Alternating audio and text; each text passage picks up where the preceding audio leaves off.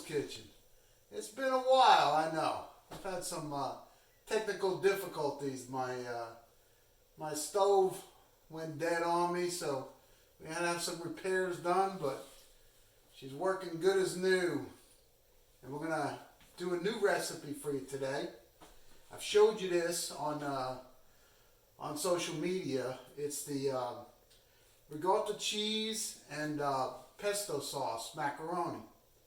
So this is something I thought up. I thought that the flavors would go together nicely. The pesto, gives it that nice nutty tang to it, and the beautiful creamy texture of the ricotta cheese is really going to make this nice. So one of the problems I found when I first made it was that the macaroni was absorbing all the moisture from the cheese and the pesto, and it got kind of dry inside when I was heating it. So what I'm going to do this time is I'm going to up the portions of cheese. I'm going to up the ratio of pesto too in this batch, and hopefully it'll work out well. So let's get started. All right, so right here I have 32 ounces of ricotta cheese, and of course these cellophane tops are made out of the hardest plastic known to man, and they're hard to get off, but I promise you I'll get it off. All right, so we're going to get this in. We're going to do the whole thing. So you don't have to worry yourself about measuring in cups or anything like that. That's what I've been trying to do with a lot of these recipes, is make it to where you can get a prepackaged cheese like that, or the pesto in certain sizes, and then we'll figure out the recipe from there. So, okay, I'm going to mix this around.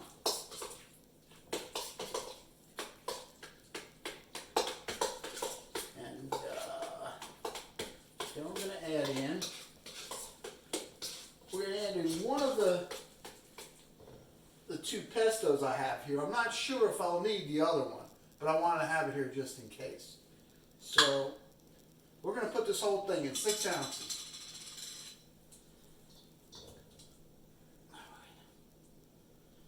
All right, it's kind of hard to get out, so I'm going to have to get the spoon in there. Now this is Barilla pesto. It's a basil based pesto, and I like it. It's very good. Now, if you have a bunch of basil in your garden and you want to make it fresh, it's not hard. You do the basil, pine nuts, olive oil, a little cheese, Parmesan cheese, and salt and pepper, and just wank it in the food processor and add some olive oil, and you got your fresh pesto. So, but for convenience, and since everybody doesn't grow basil all year long, which we don't have any right now, all my plants died out on the front porch.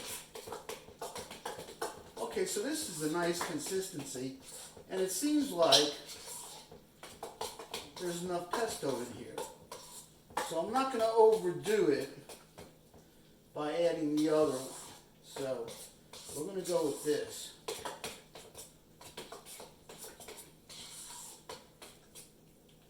Okay, so we got that taken care of. Now, additionally, I want to put in some grated Parmesan cheese, and let's say about 2 tablespoons. And I have a package of, let's see, this is 2 cups. So I want to add a cup of mozzarella, whole milk mozzarella. So that'll be like half the package because it's 2 cups in here. Okay, so mix that all together. So now, not only do we have a nice creamy consistency, but we're going to get that nice melted cheese in there too. when it gets hot in the oven. Okay. Now, the pesto is seasoned, but I'm going to add some pepper. Let's just say about a teaspoon of pepper. Add a little onion powder. Now there's plenty of garlic. That's the other ingredient that I left out when I was telling you to make your fresh pesto is garlic. You need quite a bit of garlic. So I'm using onion powder because we have garlic in the pesto. So we really don't need that. Okay. So very easy recipe to make. What we're going to do is we're going to take a break. When we get back, we're going to cook our macaroni, get it about 3/4 cooked, get it in the mixture, and then get it in a nice greased casserole dish, and get it ready for the oven. Hey, welcome back to Phil's Kitchen. Okay, so we got our cheese mix ready to go. Our pasta is about where we need it to be. We're gonna go down in there and test it out. Nothing better than oh, that is hot. Now what you might want to do is just use a spoon to do that.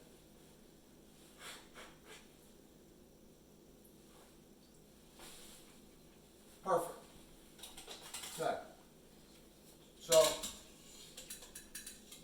we got this starchy water here, and we're going to use that. If this gets too thick, I'm going to use that starchy water to go ahead and loosen things up a little bit.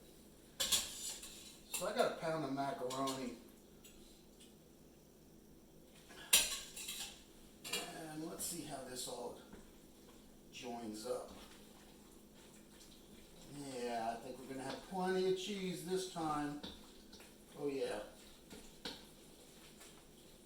So I've got a little bit left from the bottom. I'm just going to leave that in. So it's about 3/4 pound of macaroni.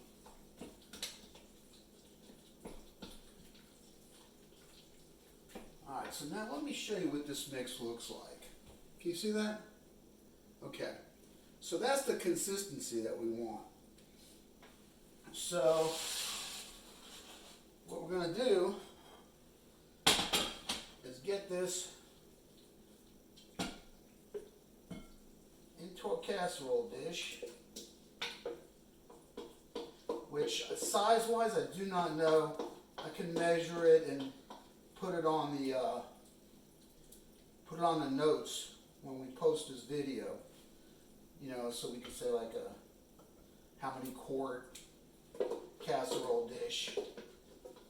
Because this is so far the amount of ingredients is perfect, and it looks like it has a nice creamy consistency.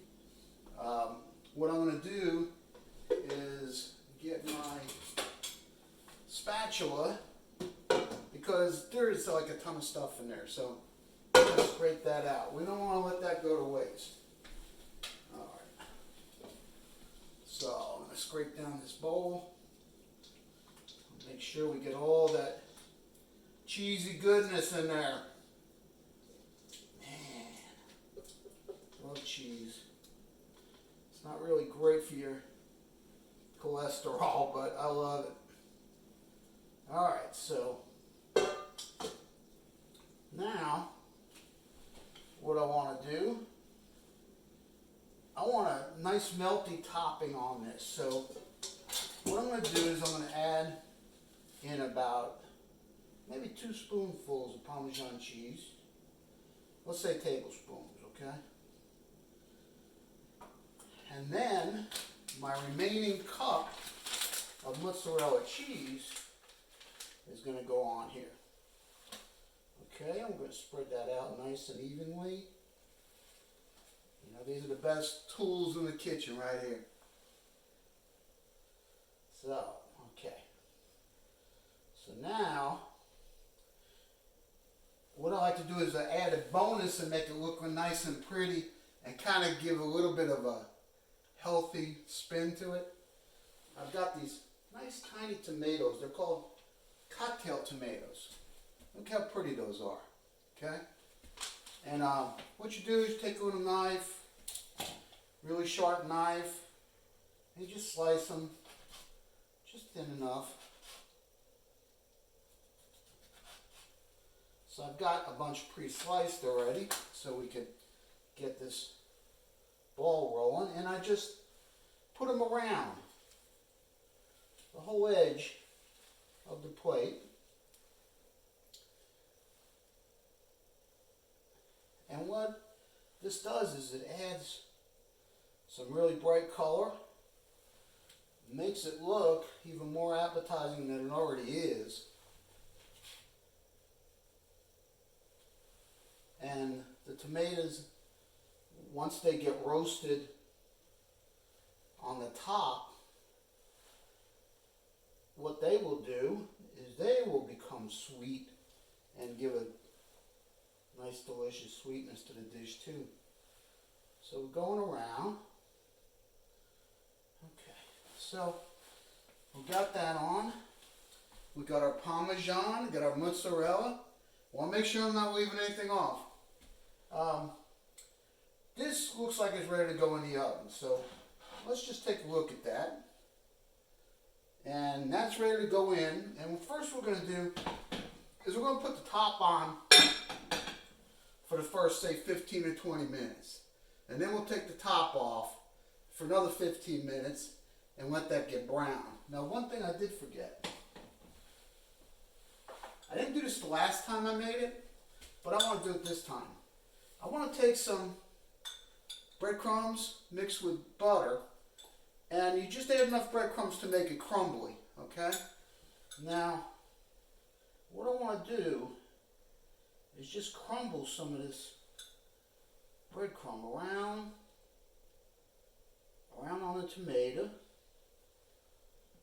because what it'll do is it'll get nice and brown, you know, from the butter, and make it even more appetizing.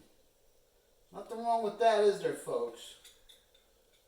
No, we want them coming to the table and saying, wow, look at that. All right, so now, being that I don't like to really waste anything, I'm going to put some on top of the mozzarella too. And that'll give us a nice brown. Give it a nice crisp on top. And then when you dig down, you're going to have all that gooiness. Alright. Okay.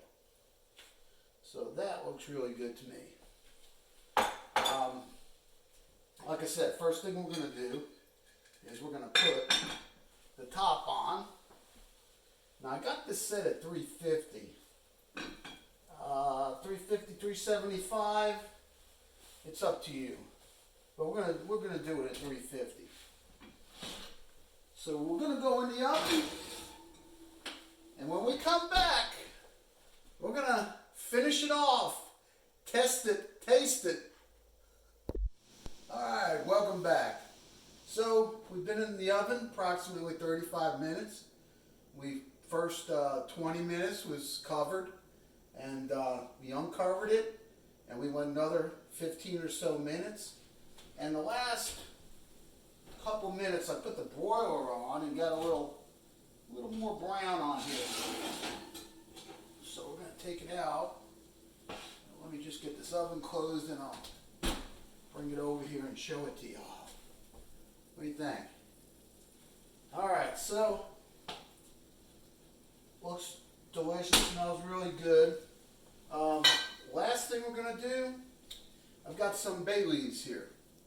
And we're just going to garnish this with some bay leaves.